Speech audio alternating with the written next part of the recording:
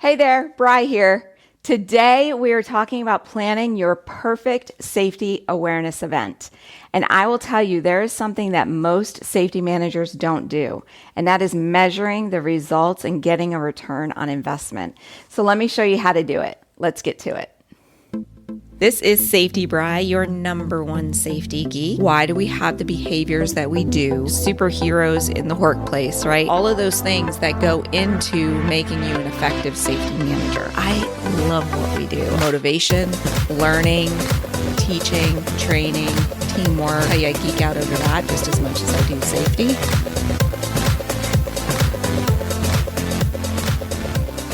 Hello, and welcome to the Safety Geek. My name is Bri, your number one safety geek. I love geeking out over this stuff.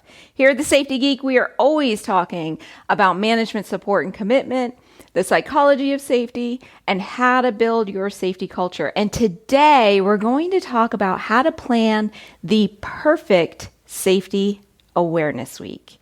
Now, you might be thinking, a whole week? Why do I have to do a whole week?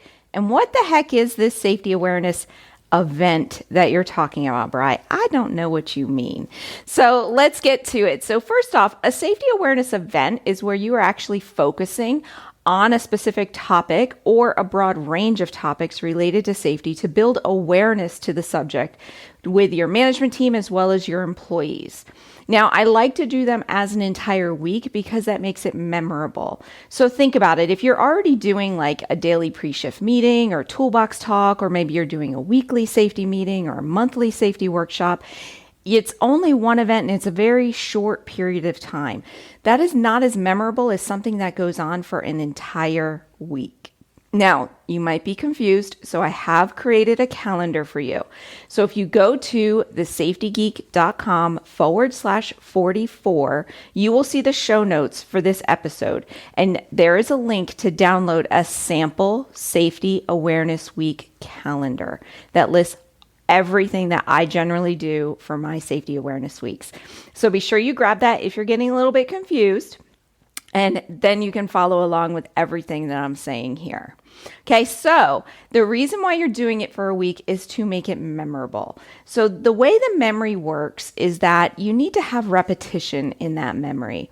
You need to expose them to the same information multiple times for it to go from that short-term memory and not just go to the long-term memory, because it generally does that pretty quick, but to stay in the long-term memory and develop that neural network to where they can retrieve the information quickly.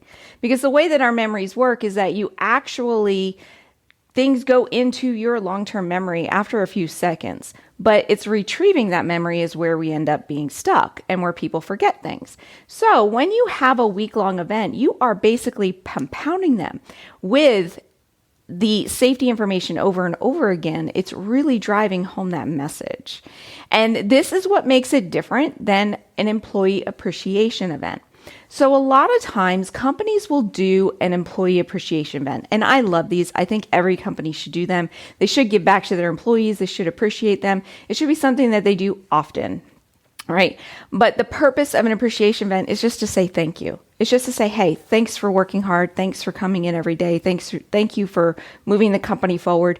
Employees are our most valuable asset, right?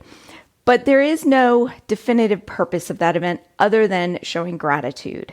So when you compare that to a safety awareness week, you can actually take your safety awareness event and make it focused. You can make it measurable, and you can get a return on your investment if you're planning your event correctly. All right, so that's why we want to do it for an entire week or multiple days, because we really want to get it driven into their long-term memory, make it easily retrievable, and make it easy for them to instill everything you're teaching them and internalize it and get it into their habits and their normal routines. So to do this, you don't want your safety awareness event to be very widespread. You don't want a different topic every single day. You want some theme to your event. So look at your trending data and identify a problem area. And then that can become the goal of your safety awareness event. Or it could be that you are launching a new process or a new program, or you're changing something within your facility, right? So I had an event one time where we were going from just slip resistant shoes to safety toed boots, right? So instead of just making the announcement and saying, this is what we're doing starting Friday, this is the policy, you make it an event. You actually do several days of PPE training and bring out the boot truck. You just do all different activities to really get them to understand why the policy is changed and to make sure that at the end of it, everybody understands it. Not only will you get a return on your investment because you'll have increased compliance within that area, you will roll out your program a lot easier. So that is one focus area you can do. If it's a program or a process change or something new, you can create an event around that. I like to call those kickoffs instead of safety awareness events because we're kicking off a new program or a new policy or something like that. You can also look at your trending data and identify problem areas. Maybe it is an area where people are always getting injured or accidents are happening.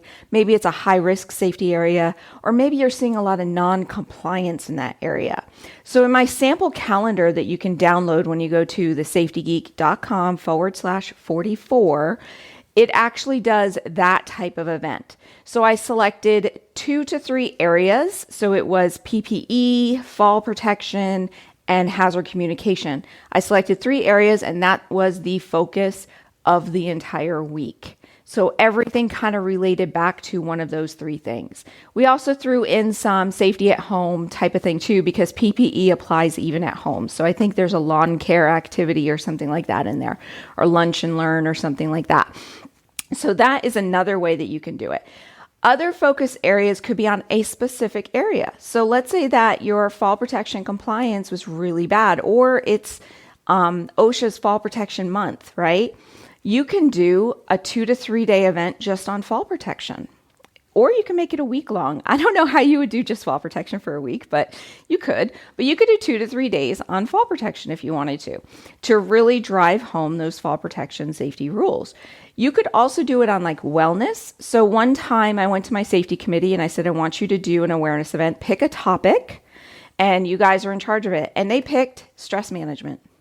And we did an entire week of stress management. So even though that doesn't have anything to do with like PPE or lockout tagout or machine guarding, which were our biggest areas, it was so well received because my safety committee they knew what the culture needed at that time. We did like stretching mornings and walking in the afternoon. We did all these little stress-free events. We even handed out like rulers that had, measure your stress rate and things like that. So it was so much fun. And it was one of the most successful events because my employees led it and my employees chose the topic. So pick a topic, process, a program, just your high hazard areas, right? And that is going to be the focus of your event. Next, you want to create a method to measure success of your event. And this is where a lot of people mess up. They don't necessarily take any measurements of their event.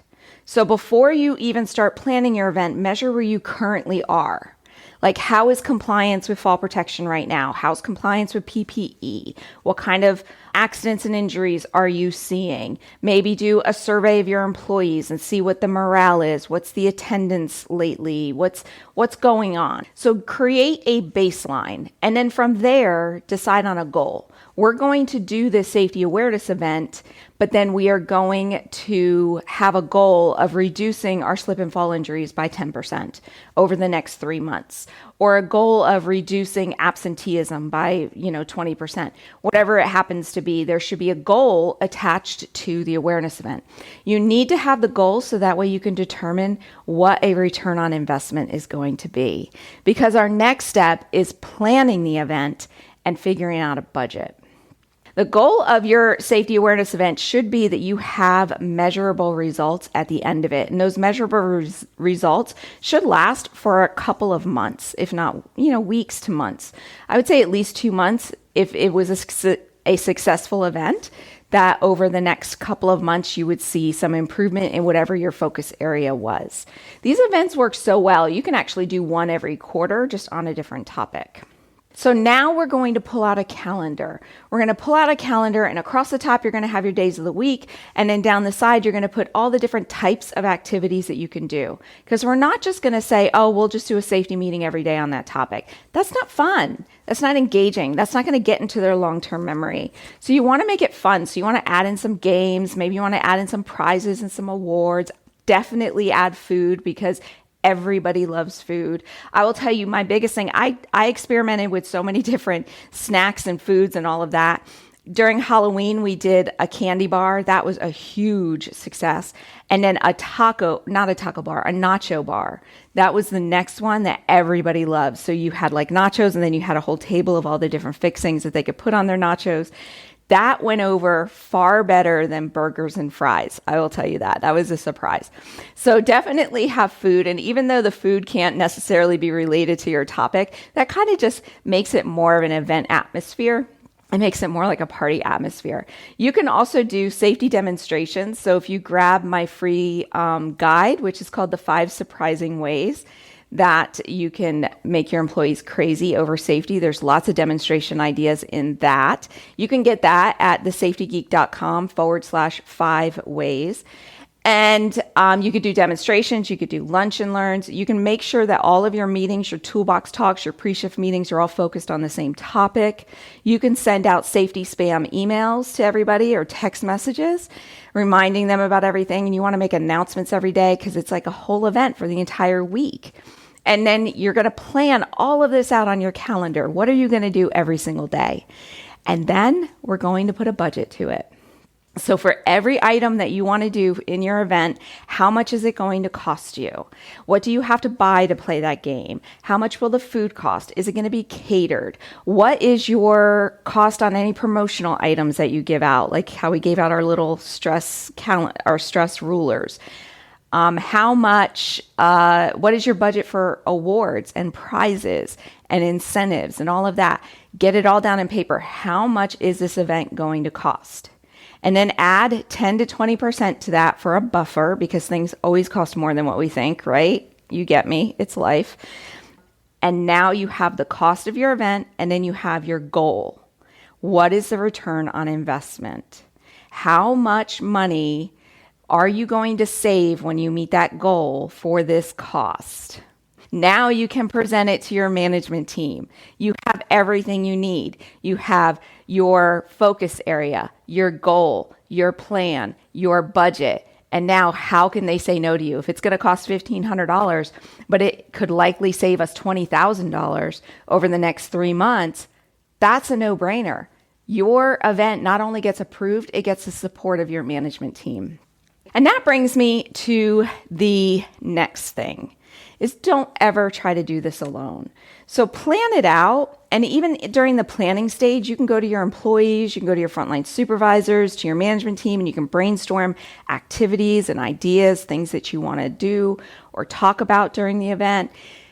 But when you actually go to do the work, make sure that you assign every activity to someone to work on that, so that it's not your name doing every single one. You want to have a team effort. One, because it's exhausting to do it all by yourself. And believe me, I did my first one all by myself, and I literally lost 5 pounds in that 1 week just because I was running around so much. And two, because that shows management support for safety.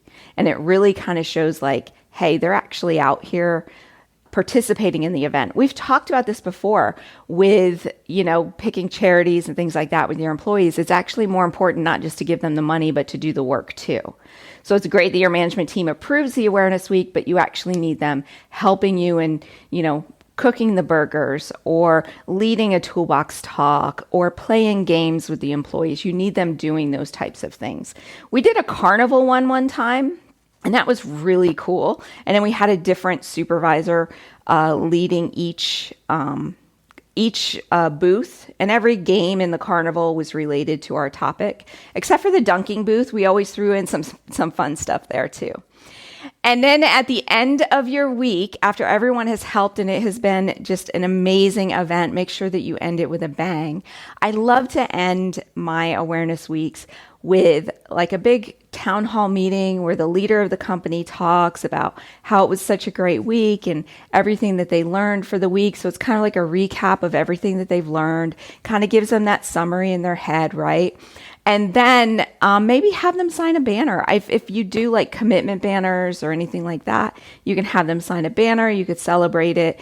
You can hand out little promotional items and stuff like that. Just end it with something big. Everybody loves like maybe awards at the end, like superlative awards and things like that. Like who had the craziest game score in whatever games you were playing. So it can make it a lot of fun.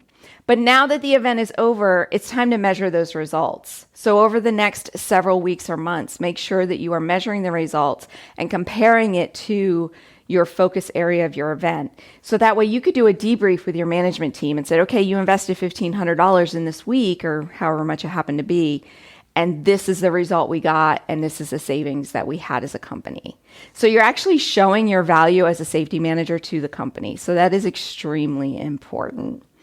Alrighty, my safety friends, there was lots of freebies in this one. So remember, go to thesafetygeek.com/44. You'll find all the links to all the freebies for this one. So you could get the calendar. There's also a link to that 5 ways to make your employees crazy for safety there as well. Or you can go to thesafetygeek.com/5 ways. And I will chat with you next week. You have an amazing week. Bye for now.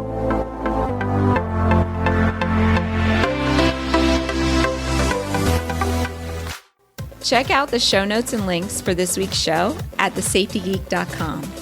Hey, did you know that there is a Facebook group for safety geeks just like you? You can find it on the Safety Geek page at facebook.com/thesafetygeek. And then just click the join group button. Be sure to join the group where we share safety manager stories and best tips and tricks within the community. Thanks for listening and have a safe day. I'll talk to you soon.